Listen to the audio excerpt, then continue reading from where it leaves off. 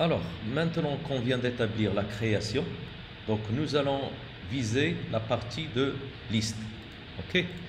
De la même façon, nous allons copier plutôt le fichier et le mettre dans le template. Et on va lui changer son extension HTML. Ok.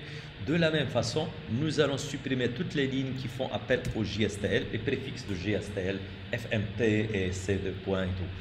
Ça d'une part. D'autre part, nous allons copier ce que je viens de saisir tout à l'heure concernant que c'est une page à base TimeLeaf. Je vais la lancer ici, la mettre ici pour spécifier. Maintenant, j'aurai la possibilité d'utiliser le TH. Ok, on est là. Sachant que l'autre fois, nous avons fait appel à une variable de type liste qui prend tous les enregistrements de la base de données afin de les faire passer dans notre JSP. Et c'est par le biais de JSTL qu'on a fait passer ceci. On l'a bouclé, on a bouclé sur ça. Alors, si vous voulez plus d'éclaircissement, on peut viser le contrôleur et on va voir ceci. La voici. On a fait passer product JSP. Alors, si je reviens ici, ah pardon, c'est pas le create product, mais plutôt product list. Ok. Quels sont les changements qu'on va faire? Alors, au lieu de, nous allons faire passer la boucle au sein de TR. Là, nous allons faire appel à TH, each. Ok. Each. Qu'est-ce qu'on va faire? Donc,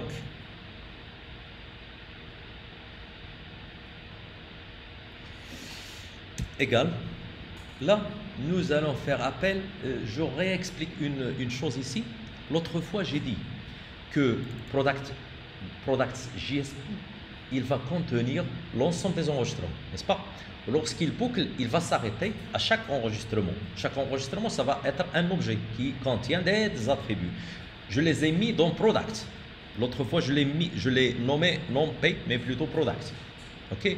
Ce product, il contient l'ensemble, n'est-ce pas? Alors, de la même façon ici, on va déclarer une variable product qui va contenir l'ensemble. De quoi? L'ensemble des données dans un enregistrement. D'où il va les avoir? Alors, il va les avoir d'après quoi? D'après ceci. D'après ceci. Et je le mets ici. Donc, ça, c'est comment on a bouclé dans le TimeLeaf. Alors, je supprime tout ça. La même chose pour for each, la fermeture. C'est bien. Maintenant, comment peut-on l'afficher? Ok, comment peut-on l'afficher? Alors, je vais faire... Donc, là, je supprime tout ça.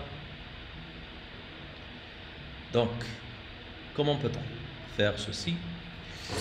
Donc, je vais copier tout ça. Ou bien, je vais l'établir ici, directement. Soit TH, le type de ceci, ça va être un texte. Ok, un texte qui égale à ceci. Bien sûr, comme je l'ai dit, ça c'est un product. Je l'ai nommé product, comme l'autre fois. Ok, on est là. Maintenant, ce qui reste, c'est quoi? C'est le fait de refaire ceci 4 fois. La voici. Ça, c'était quoi? C'était le name. Ça, c'est price. Et à la fin, ça, c'est date create. OK? Tout ce qui reste, c'est pas nécessaire. Alors, vous voyez qu'on va supprimer le FMT qui permet la conversion. C'est pas nécessaire puisqu'on n'a pas utilisé le JSTL. Il est maniable dans le JSP. OK?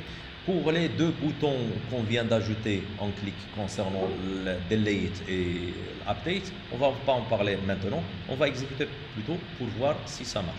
Attendez un peu, je vais voir s'il y en a quelque chose dans le fait d'afficher ceci. Il n'y en a pas d'autres données qui passent. Ok, ça y est, j'exécute tout ça. et je vais voir si ça marche. J'exécute. C'est bien. Vous voyez? Donc là, c'est le problème qui vient d'être arrivé tout à l'heure. Donc on va les supprimer. OK? C'est bien?